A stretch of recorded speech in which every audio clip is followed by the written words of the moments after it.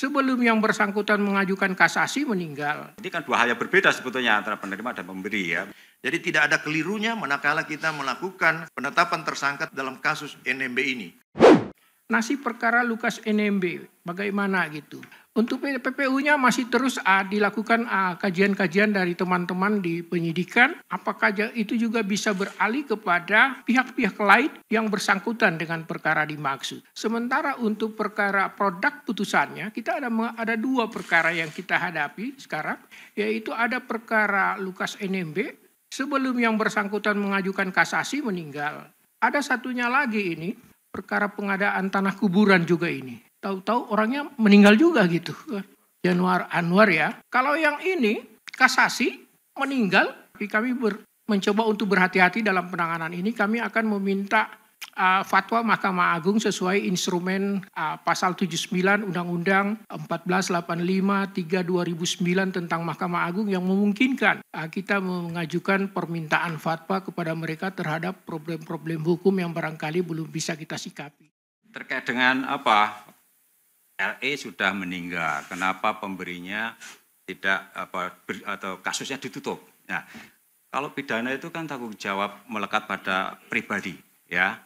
Sekalipun penerimanya itu sudah meninggal, tetapi kalau bisa kita buktikan, ya, pemberi itu betul-betul melakukan penyuapan, ya, misalnya dibuktikan dengan bukti transfer, ya, misalnya kemudian dibuktikan dengan adanya rekayasa pelelangan, ya, itu kan sudah cukup membuktikan bahwa dia memang memberikan suap, ya, sekalipun itu tadi yang menerima sudah meninggal. Jadi nggak bisa juga terus kemudian kita buktinya sudah cukup kemudian kita hentikan, ya. Ini kan dua hal yang berbeda sebetulnya antara penerima dan pemberi, ya.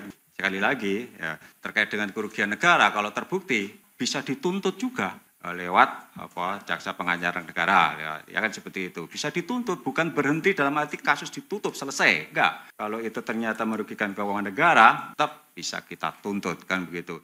Kenapa NMB sudah meninggal, masih ada penetapan. Itu tidak ada masalah. Sepanjang secara hukum siapapun yang melakukan perbuatan pidana, yang diduga melakukan perbuatan pidana, dan masih bisa diminta pertanggungjawaban karena dia hidup, maka kita bisa menetapkan seseorang itu menjadi tersangka. Tapi bukan lagi keluarganya NMB, tetapi siapa saja yang melakukan perbuatan. Jadi itu akan dimintakan pertanggungjawaban. Kemudian masalah urusan diterima atau tidak, karena dalam penyidikan para penyidik akan membuktikan adanya suatu permulaan bukti yang cukup, adanya suatu perbuatan melawan hukum, adanya pemenuhan unsur dan bukti-bukti, sehingga nantinya kalau ini cukup bukti akan dilimpahkan ke pengadilan, selanjutnya proses pengadilan akan memutus apakah bisa terbukti atau tidak. Nanti kita tunggu saja di pengadilan.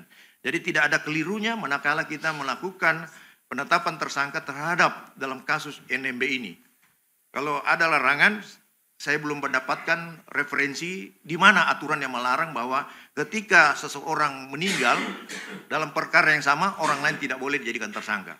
Referensi tentang hal itu sampai saat ini belum ada. Jadi kalau kita kemudian menetapkan orang lain tersangka dalam case itu, sepanjang ada bukti yang cukup, itu tidak menjadi masalah.